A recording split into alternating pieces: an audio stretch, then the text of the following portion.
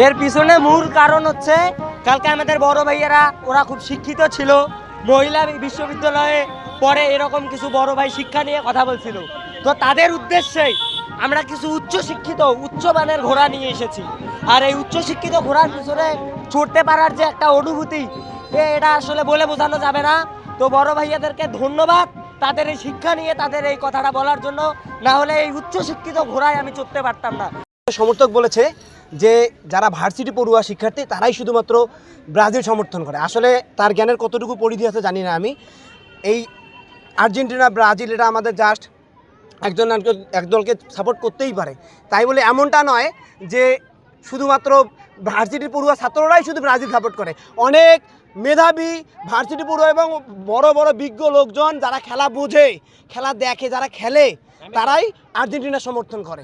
ঠিক আছে, এইটাই হচ্ছে। আমি সেই সমর্থকদের বলতেছি যে আপনারা ভালোমতো আপনার জ্ঞান আহরণ করেন, কখনো কাউকে ছোট করে দেখবেন না। আমরা যেমন আর্জেন্টিনার সমর্থক আছি, আমরা চাই আমরা আগামীতে 26-এ 22-এর মতো করে 26-এও আমাদের আর্জেন্টিনা চ্যাম্পিয়ন হবে।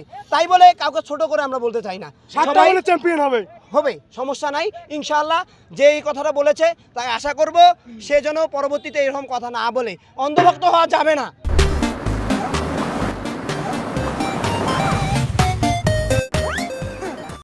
ব্রাজিল লাস্ট 12 বছরে কোনো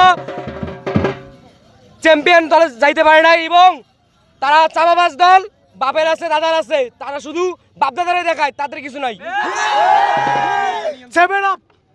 কালকে আমাদের বিরোধী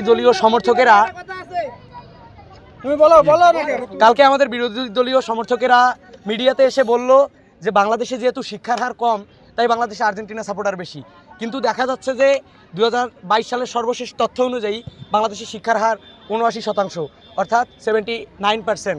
সেখান থেকে যেই বাকি 21 জন আছে তারাই মূলত ব্রাজিল সাপোর্টার। আমি আর্জেন্টাইন সাপোর্টার এবং আজকের যে এই আনন্দ র্যালি, এটা আর্জেন্টিনার পক্ষে, দলের পক্ষে আমরা উৎসাহ দিচ্ছি ব্যাক টু ব্যাক চ্যাম্পিয়নের জন্য, এবং ব্রাজিলের জন্য ওদেরকে একটু সান্ত্বনা দেওয়ার চেষ্টা করতেছি। কারণ আগামীতে যে বিগত দিনে যে মানে 7-আপের ব্যবস্থা ছিল, এই 26-এ আপার 10-এর ব্যবস্থা থাকবে এবং আপডেট সংস্করণ